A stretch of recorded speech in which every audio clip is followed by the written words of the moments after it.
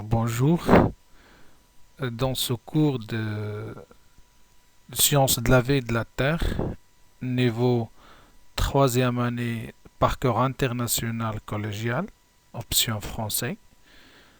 Donc c'est un cours qui fait partie de l'unité 2, les fonctions de communication et immunité. Le chapitre 1 concerne les micro-organismes. On va voir dans cette vidéo la fiche 1, c'est la diversité des micro-organismes. Dans les deux objectifs, c'est d'abord connaître les grands groupes des micro-organismes et aussi connaître les modes de multiplication des micro-organismes. Bien. Les micro-organismes sont très divers. Donc, dans notre environnement, il existe de nombreux micro-organismes. Ils peuplent tous les milieux, l'air, le sol, l'eau, etc. Certains micro-organismes sont pathogènes. Ça veut dire qu'ils provoquent des maladies plus ou moins graves, alors que d'autres micro-organismes, au contraire, ils sont inoffensifs. Ça veut dire non pathogènes. Ils sont utiles à l'homme, voire nécessaires à notre survie. Donc, les micro-organismes existent partout dans l'environnement, dans l'air, dans le sol, dans les eaux. Il y a des micro-organismes qui sont pathogènes, provoquent des maladies. Il y a des micro-organismes qui sont utiles à l'homme, voire nécessaires à notre survie. Donc, la question qui se pose, c'est quels sont les grands groupes des micro-organismes. Donc, vers la fin de cette vidéo, il faut qu'on arrive à connaître les différents grands groupes des micro-organismes. D'abord, le premier groupe, c'est les bactéries. Les bactéries, je présente les exemples. D'abord, on a cet exemple, le Bifidobacterium longum, qui est une bactérie la plus présente dans l'intestin du nourrisson en bonne santé. Elle permet la digestion du sucre du lait. Donc, c'est la bactérie. Le nom, c'est pas important à notre niveau, mais c'est une bactérie qu'on peut trouver dans l'intestin de nourrisson. Elle permet la digestion du sucre du lait. Alors, premier exemple.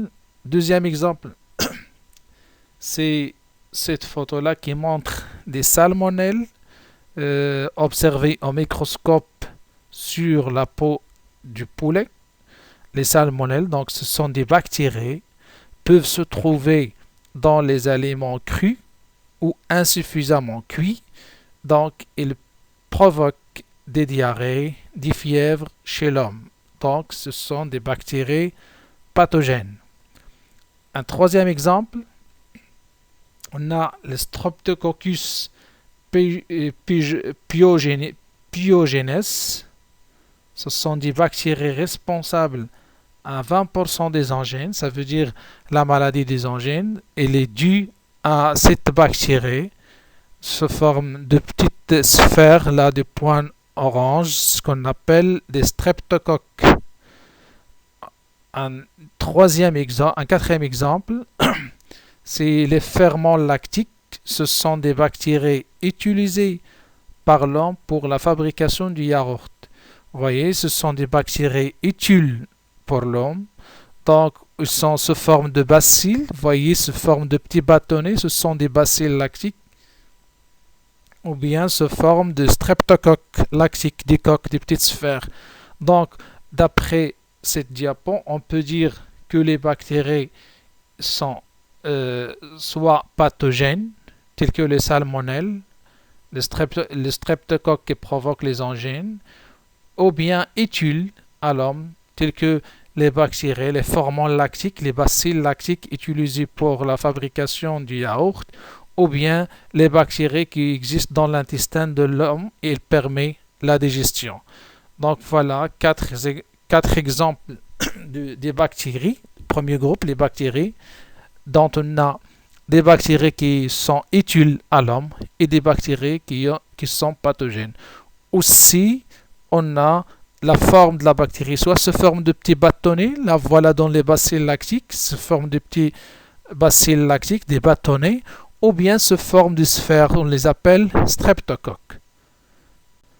Deuxième groupe, c'est les champignons microscopiques. Les champignons microscopiques. La première photo montre donc les moisissures.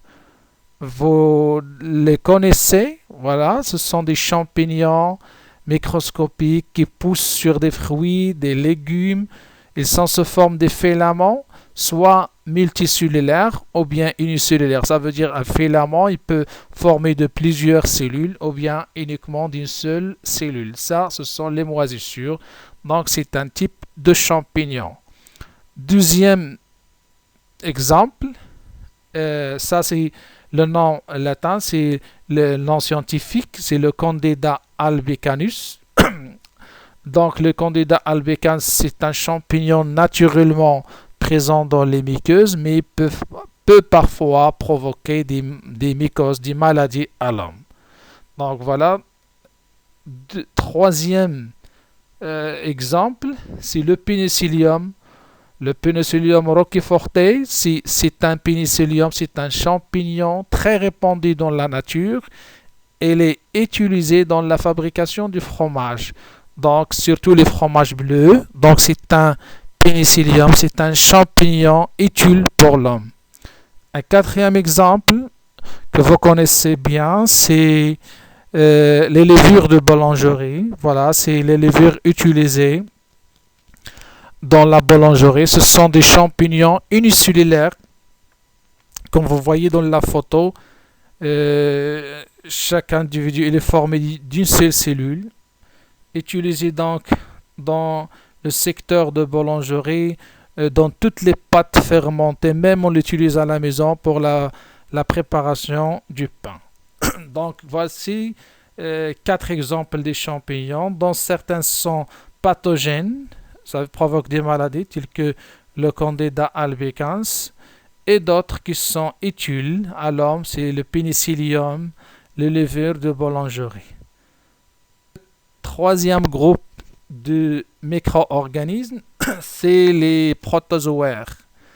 Donc les protozoaires, je citerai, premier exemple, c'est la paramécie. La paramécie, c'est un protozoaire, comme vous voyez dans la photo, unicellulaire, occupant donc les eaux douces et saumâtres, se déplace grâce à des mouvements de sessiles. Ça, on peut l'observer en microscope optique, même dans notre labo. Donc, on voit ce petit animal microscopique qui a des cils, et donc, c'est ce qu'on appelle la paramécie. Deuxième exemple, c'est l'amibe. C'est un protozoaire responsable à l'amébiase intestinale. Il traverse parfois la paroi du gros intestin et peut atteindre le foie. C'est l'amébiase hépatique. Donc c'est un protozoaire, c'est un animal unicellulaire qui provoque donc des maladies à l'homme. Quatrième groupe des micro-organismes, c'est les virus. Donc les virus, ils sont tous les virus sont pathogènes, provoquent des maladies aux êtres vivants, à l'homme, aux animaux, aux plantes. Donc, on a exemple, le virus de l'immunodéficience humaine, c'est le VIH, c'est le virus responsable du symptôme de sida. Alors, deuxième exemple de virus, c'est le coronavirus, le virus à l'origine de l'épidémie de Covid-19. Il y a beaucoup de virus. Il y a par exemple le virus le plus connu, c'est le virus de la grippe. Donc, on a quatre types de micro-organismes. Nous avons vu les bactéries.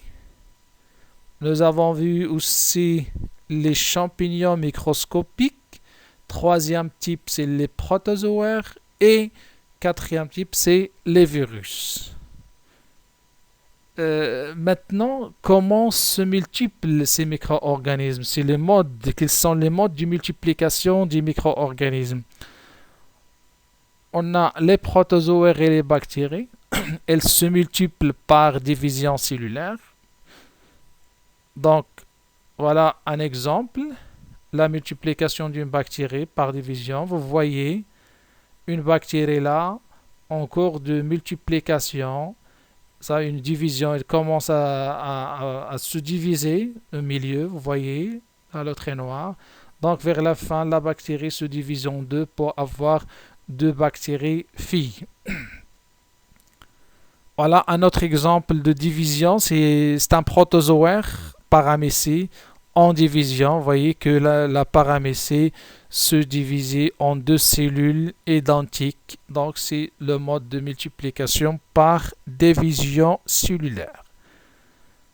Voilà l'explication du mode de division. On a une bactérie, ça le noyau vert, le cytoplasme et la paroi bactérienne.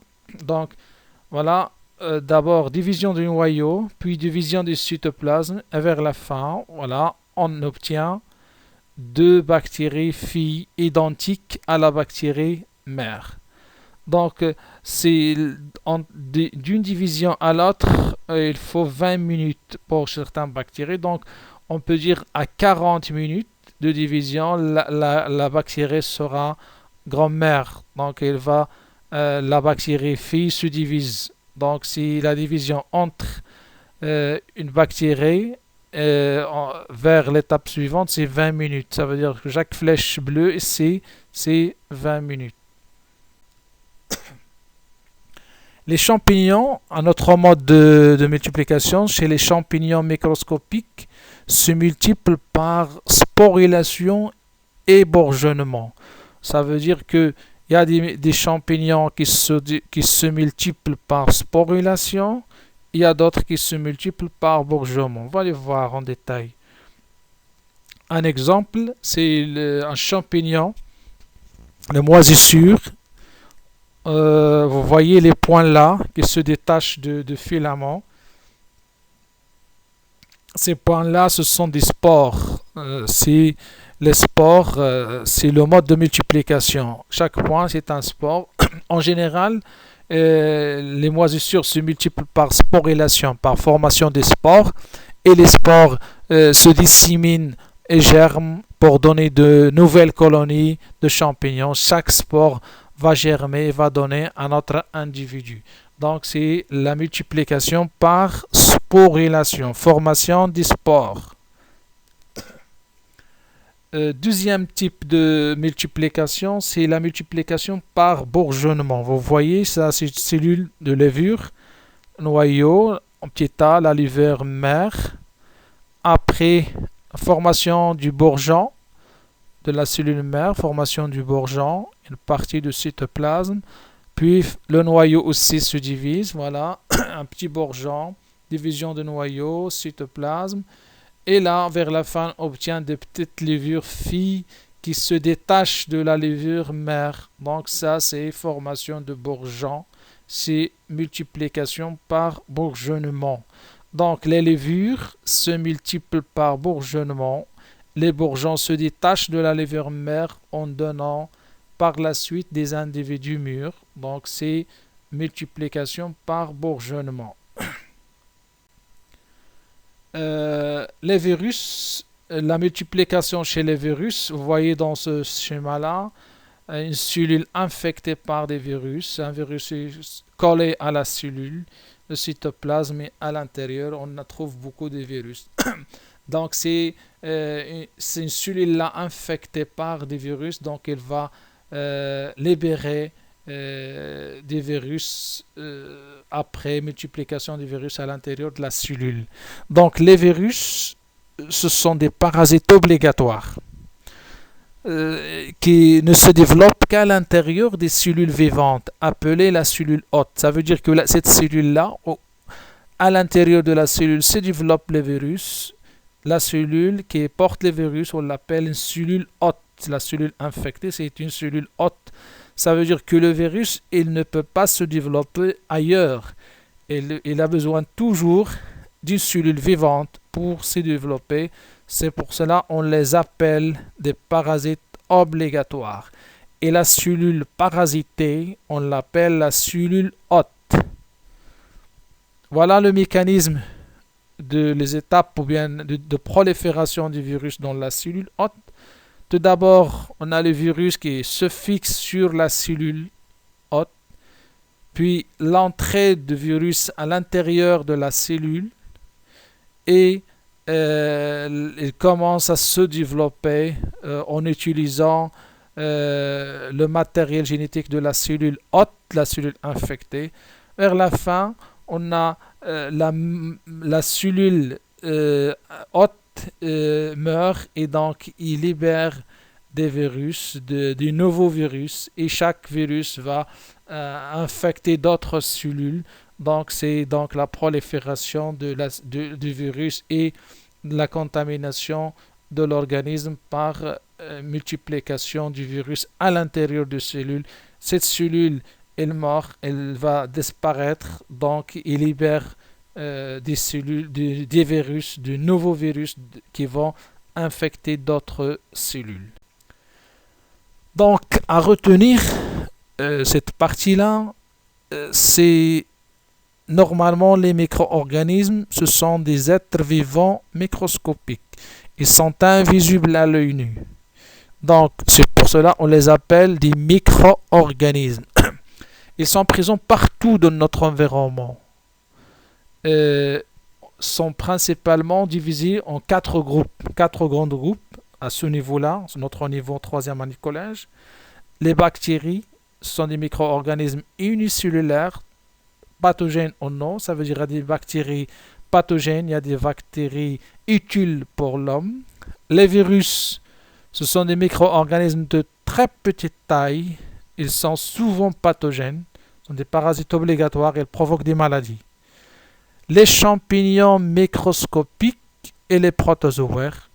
Donc voilà les 4 grands groupes, les bactéries, les virus, les champignons microscopiques et les protozoaires. Nous avons vu déjà quelques exemples dans chaque groupe.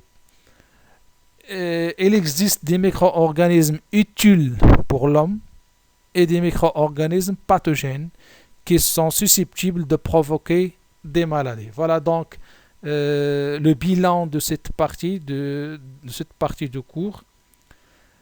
Je finis avec vous par un petit test. Si vous voulez tester vos connaissances, je vous propose de remplir ce tableau-là. Donc, en se basant sur les données présentées dans la vidéo, vous pouvez compléter ce tableau. C'est un résumé de cette partie de cours.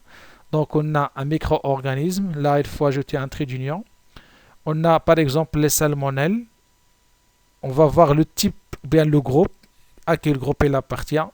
Est-ce que une bactérie, champignon, virus, protozoaire, est-ce qu'il est utile pour l'homme ou non? Utile, oui ou non? Pathogène, oui ou non?